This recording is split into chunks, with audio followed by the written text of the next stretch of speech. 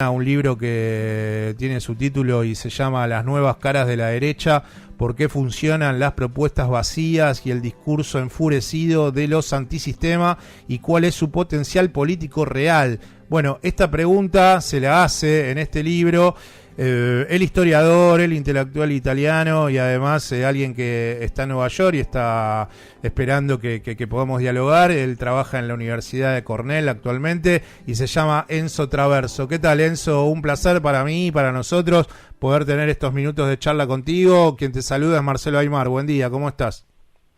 Buen día y gracias por invitarme por esta charla. Bueno, muchísimas gracias a vos por estos minutos y pensaba, ayer cuando estaba tratando de imaginarme el diálogo que íbamos a tener, que en los episodios de Trump, que tiene que ver con el asalto al Capitolio y con lo último que pasó en cuanto al ataque al plan alto de los votantes o los seguidores de Jair Bolsonaro, si hay algo que le sucede tal vez a estas dos administraciones que ha tenido tanto Estados Unidos como el Brasil, es que no pudieron contener a sus extremos más extremos.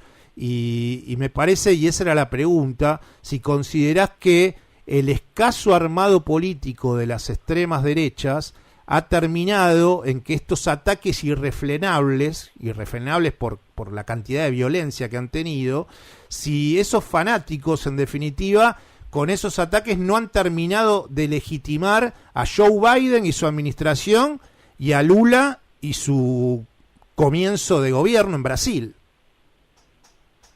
Seguro. Bueno, yo ubico esos dos episodios que son muy graves, por supuesto, y que preocupan la opinión internacional. Yo los ubico en esta categoría que he llamado postfascismo. El postfascismo como un fenómeno de este comienzo del siglo XXI, un metamorfosis y una transformación de la derecha extrema, de la derecha que tiene en muchos casos una matriz fascista. Bueno, posfascismo porque estamos en otro contexto histórico que es muy diferente del fascismo clásico y porque esa nueva derecha radical en muchos casos y hasta ahora y hasta los dos episodios que mencionaste, aceptaba el marco de la democracia liberal, de las instituciones de la democracia liberal, para transformarlas desde el interior, pero la aceptaba. Y eso ocurre en Europa Occidental, por ejemplo. La extrema derecha en Europa Occidental acepta las elecciones, los resultados de las elecciones. Lo que ocurrió en Estados Unidos y en Brasil es otra cosa. Es decir, posfascismo porque es otra cosa que el fascismo clásico, tiene otra mirada y otro perfil ideológico, pero posfascismo porque la posibilidad de una vuelta, de un regreso al fascismo es posible, es una de las opciones. Bueno, en los dos casos tenemos una derecha radical, una extrema derecha, que abiertamente, explícitamente rompe con el marco de la democracia y de las instituciones democráticas, la democracia liberal, y adopta una posición subversiva, que es típicamente fascista. Pero en ambos casos fracasó. Hay que tomar en cuenta eso. En Estados Unidos fue un trauma, y lo estuvo acá, entonces lo viví, fue un trauma muy fuerte, pero lo que ocurrió en el Capitolio fue una parodia del golpe de Estado. Nada que ver con Chile en 1973, claro, por ejemplo. O nada que ver con España en 1936. Y lo que ocurrió en Brasil es algo similar. Entonces, esa opción de una vuelta al fascismo clásico hasta el momento tiene muchos problemas. Incluso en un país como Brasil, en el cual Lula ganó con una diferencia mínima y en el cual el ejército siempre históricamente apoyó a Bolsonaro. Quería consultarte, Enzo, porque las extremas derechas, en líneas generales, apoyan la economía de libre mercado, el neoliberalismo, pasan por alto las desigualdades que tienen las sociedades que terminan teniendo un guiño muy fuerte hacia esas políticas económicas, y que a partir de la desigualdad que genera el neoliberalismo y sus economías, termina en la sociedad habiendo como un malestar permanente. Y la pregunta la quiero hacer porque me quedé con el caso del armado político de estas extremas derechas, porque acá en la República Argentina tenemos el caso de Javier Milei, que es un político que hoy en día es ya diputado, aunque tiene un discurso antipolítica, pero que ha llegado al Congreso de la Nación y que no tiene un armado político a nivel nacional. Y eso es como que mucho no les importara en el discurso de estas extremas derechas comparado con partidos, por ejemplo, estábamos hablando de Brasil, con el PTE o con el republicanismo en Estados Unidos.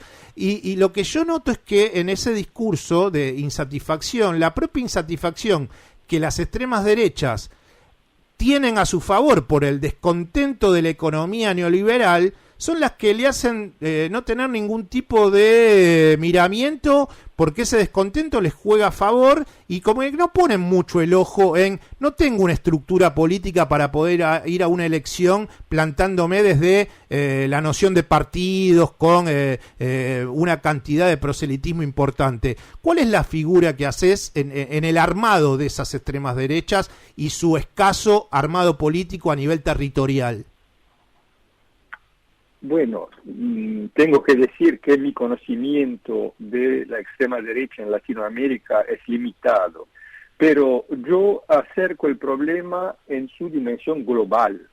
Y lo que me golpea mucho es la heterogeneidad y la diversidad de esta derecha radical, porque tiene componentes abiertamente neoliberales. Es el caso, digamos, el caso de Milei es un caso casi caricaturesco, ¿no?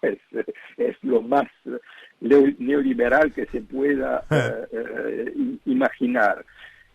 Cierto, hay una dimensión neoliberal muy fuerte en el bolsonarismo en Brasil, en Vox en España, por ejemplo, pero en otros contextos,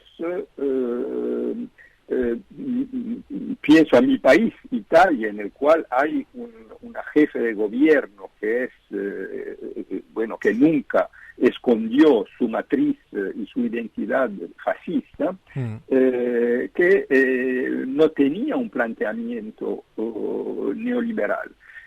Marine Le Pen en Francia no es neoliberal. Es decir, y si tenemos en cuenta el contexto de Estados Unidos, Donald Trump no ganó las elecciones porque tenía una agenda neoliberal. Todos esos partidos de extrema derecha ganaron las elecciones o tienen éxitos electorales porque aparecen como anti-establishment. Como partidos en contra de las élites. Esa es la, digamos, partidos populistas, y una vez que toman el poder y que entonces aplican medidas neoliberales y políticas neoliberales, tienen que manejar sus contradicciones. Y eso es una de las razones que explica el fracaso de Trump en la segunda elección de 2020.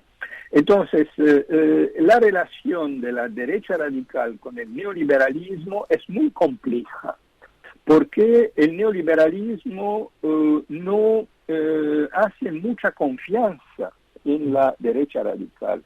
El neoliberalismo prefiere otras élites políticas más estables y más ¿cómo decir? Bueno, como la pata que termina consiguiendo en su alianza a Luis Ignacio Lula da Silva con Alckmin, ¿no? Bueno, sí, pero al mismo tiempo el neoliberalismo puede acomodarse de toda forma de gobierno. El neoliberalismo acepta la democracia radical, la democracia liberal, y acepta también el fascismo cuando le conviene. Es decir, el neoliberalismo es neutro de un punto de vista político. Enzo, el neoliberalismo... Sí, perdón. No, ibas a completar. Decías que el neoliberalismo... No, yo decía que si miramos a la configuración del neoliberalismo en Estados Unidos, Silicon Valley en California es una de las vanguardias de la economía neoliberal. Y en Silicon Valley hay multinacionales que se enfrentaron con Trump porque quieren reclutar empleados de Asia, de países musulmanos, de África y de Latinoamérica, y se enfrentaban a la política xenófoba y racista de Trump. Porque para una multinacional es importante tener un buen informático que sea argentino o senegalés o pakistano, no es importante. Enzo, quería preguntarte sobre tu tarea docente y recién hablabas sobre Milei, yo te preguntaba un poco sobre ese fenómeno que estamos transitando acá en la Argentina, y muchas veces el análisis por este descontento social, esta crisis permanente que estamos teniendo en el planeta hoy en día, se lo asocia a los jóvenes como ya no seducidos por una centroizquierda, por movimientos que tienen más que ver con una búsqueda de una sociedad mucho más igualitaria, con una redistribución de la riqueza, con saber que los poderosos y el sector financiero son los que terminan digitando la cantidad de pocos ilusiones y sueños que tiene un joven. Y quería que me graficases qué es lo que te está sucediendo en las aulas cuando das clase en Estados Unidos, y si es realmente así, que los partidos de extrema derecha están suscitando mayor interés en la juventud que lo que hace algunas décadas atrás nos pasaba a nosotros cuando éramos jóvenes con los idearios de la centroizquierda. Mi observatorio es demasiado limitado para contestar a esa pregunta. Yo pienso que hay una especie de paralelo que se puede establecer. Hay una...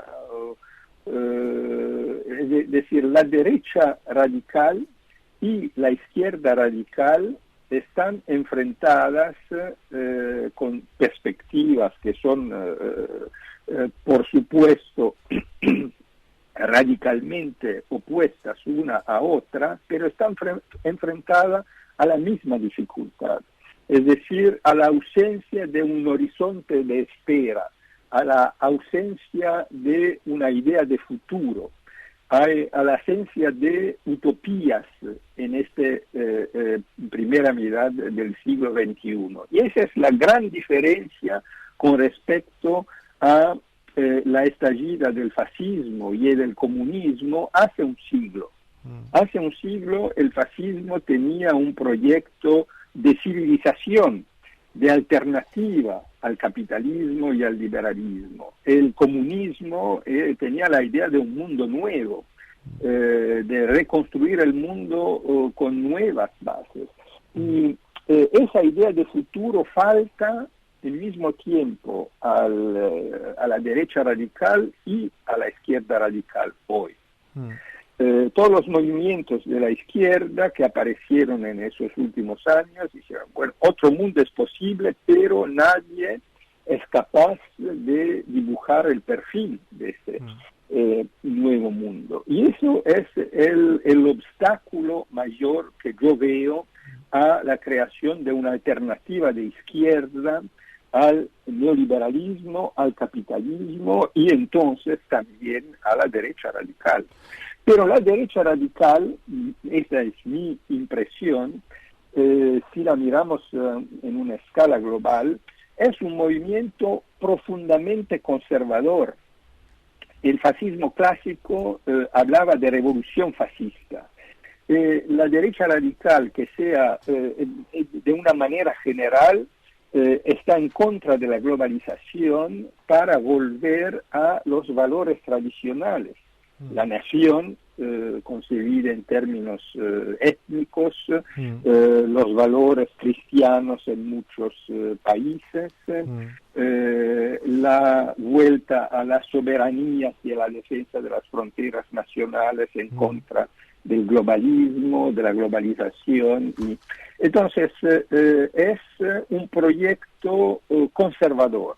Y eso no creo que pueda, en una perspectiva de largo plazo, aparecer muy atractor para los jóvenes. Los jóvenes, si quieren un proyecto para el futuro, no para volver a la sociedad de sus padres o de sus abuelos o de sus ancestros. Enzo, los partidos de extrema derecha, en donde en algún momento se rotuló a Giorgia Meloni, bueno, el caso de Marine Le Pen, cuando llegaron los momentos de elecciones, ¿no? De Le Pen contra Macron, de Meloni contra Enrico Letta, lo que se decía era que en ese último tramo de definiciones, tanto Giorgia Meloni como Marine Le Pen habían tenido como un discurso mucho más tenue, no ser tan extremas en cuestiones que tienen que ver con la inmigración, en cuestiones que tienen que ver con hasta poner en duda la defensa del euro. Bueno, como que habían suavizado sus manifestaciones para buscar tal vez ir hacia más el centro. La pregunta tiene que ver si vos considerás que esas estrategias pueden llegar a terminar atomizando a los partidos de extrema derecha, porque ven que tal vez si se aunan cuando van hacia situaciones eleccionarias, los líderes de los partidos de extrema derecha terminan suavizándose. Sí, eso es su problema. Es decir, Giorgia Meloni ganó las elecciones no porque hubiera en Italia una ola fascista o neofascista. No lo creo. Tiene muchos problemas este país, pero no es hoy más fascista que hace 5 años. Ganó las elecciones porque Giorgia Meloni encabezaba la única fuerza política de oposición a Draghi, al gobierno de coalición neoliberal de Mario Draghi. Y una vez que ganó la elección, creó un gobierno de coalición con digamos, el intento declarado explícitamente de seguir la política de Mario Draghi. Y la primera cosa que hizo es decir que a pesar de todas los lazos, los contactos que había entre la derecha italiana y Putin, el nuevo gobierno apoya sin hesitaciones a Ucrania y dijo que apoya a la Unión Europea y el euro. Entonces, ahora Giorgia Meloni está conduciendo exactamente la misma política de Mario Draghi, es decir, del gobierno contra el cual se opuso y que le permitió de ganar las elecciones. Y lo mismo hubiera ocurrido en Francia si Marine Le Pen hubiera ganado las elecciones, con la diferencia de los sistemas políticos, por supuesto. Y esas son las contradicciones que la derecha radical tiene que manejar, y eso no es simple para nada. Una opción posible es la normalización de la extrema derecha, de la derecha radical y postfascista, su normalización como una fuerza conservadora tradicional. Otra opción es una vuelta al fascismo, como en el caso de Trump en Estados Unidos y como en el caso de Bolsonaro en Brasil. Y hoy el Partido Republicano tiene que manejar sus propias contradicciones, porque el Partido Republicano es un pilar del establishment político de Estados Unidos, y ahora el Partido Republicano es controlado por corrientes que son más que postfascistas, que se están encaminando, orientando hacia una forma de fascismo, es decir, de antidemocracia radical. Y lo que va a ocurrir es difícil de decirlo hoy, depende de muchas cosas, y cierto, no depende solamente de la dinámica de la derecha radical, depende también de lo que hace la izquierda, si la izquierda es capaz de construir un polo alternativo, y de la evolución de las dinámicas, digamos, de los conflictos sociales y políticos. Latinoamérica es un laboratorio de este punto de vista. Se ve desde Chile hasta Perú cómo la situación social y política puede condicionar y orientar la evolución de los partidos y de los sistemas institucionales. Enzo, quería agradecerte, me queda para tal vez una próxima charla, y está buenísimo que queden cosas. ¿Cuál es tu mirada sobre el peronismo? Pero no te voy a meter ahora en ese brete, porque te comprometo para otra charla tal vez dentro de algunos meses, y te mando un abrazo, muchísimas gracias por esta primera conversación que mantuvimos, y estaremos hablando, espero que en algún momento, o del peronismo o de aquellos años donde te formaste en Génova, que es una ciudad tan linda de Italia. Así que buen fin de semana y te dejo un saludo. Muchas gracias, un saludo a ustedes también. Gracias. Quien está hablando con nosotros era Enzo Traverso desde Nueva York, y vayan raudos a comprar el libro Las Nuevas Derechas, Las Nuevas Caras de la Derecha, de Editorial Siglo XXI. Enzo Traverso, bueno, es un intelectual italiano, y estuvimos de historiador en historiador hoy.